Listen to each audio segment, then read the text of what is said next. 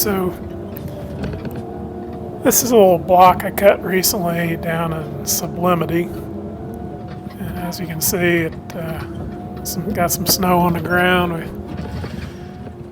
got about 8 inches, I think, this morning, and got a couple more snowfalls when I was there, so ended up having about a foot of snow on the ground.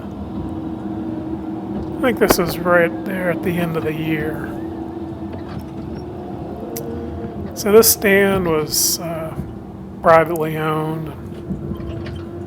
The landowner wanted to put these couple of blocks into Christmas trees. It was old ag land. The landowner had planted these trees. They're about 35 years old. And unfortunately, he hadn't sprayed them.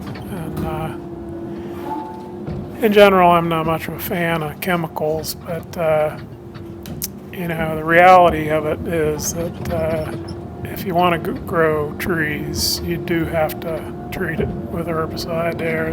You got to knock that brush back.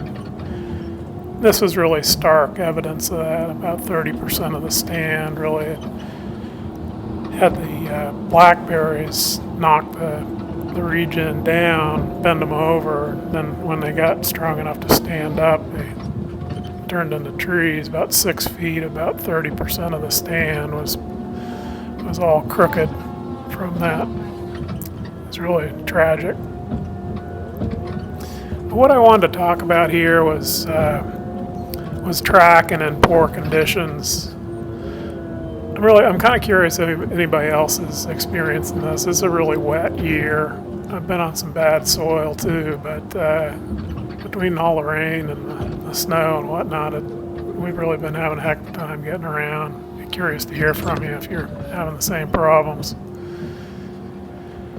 So anyhow, to counter that, once again, I've picked a line across the hill, kind of as steep as I can work comfortably, side hill, and that cuts the angle of the hill you have to actually climb up and down, which really helps in poor conditions. And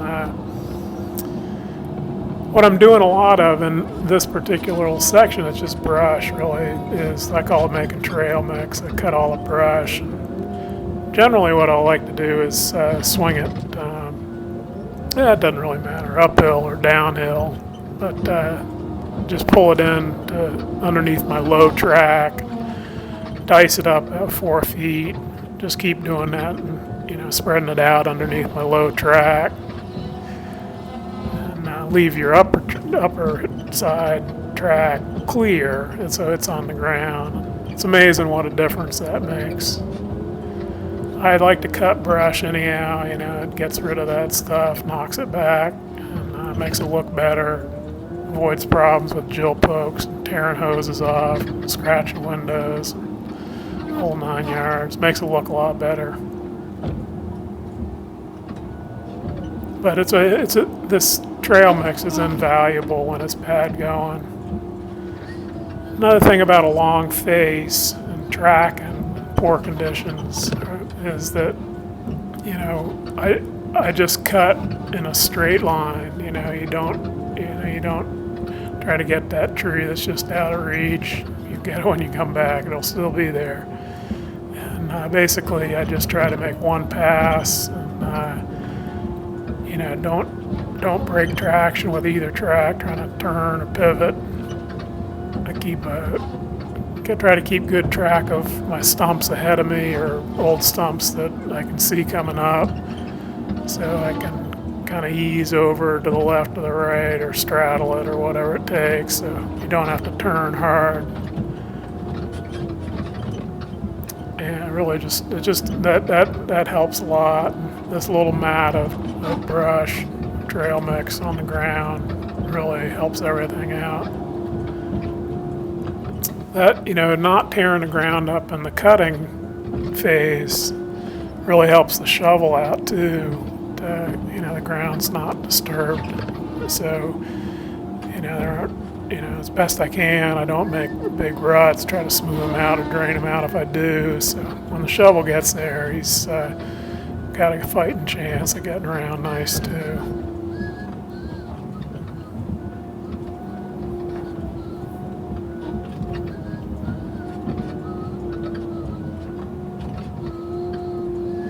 Yeah, so anyhow, there you have it, cutting in the snow. As always, I hope you find it interesting. Yeah, I always enjoy hearing from you guys there. Different ideas and whatnot. Weather reports, I guess, condition reports. So, yeah. It's a good cutting to you. Thanks for watching.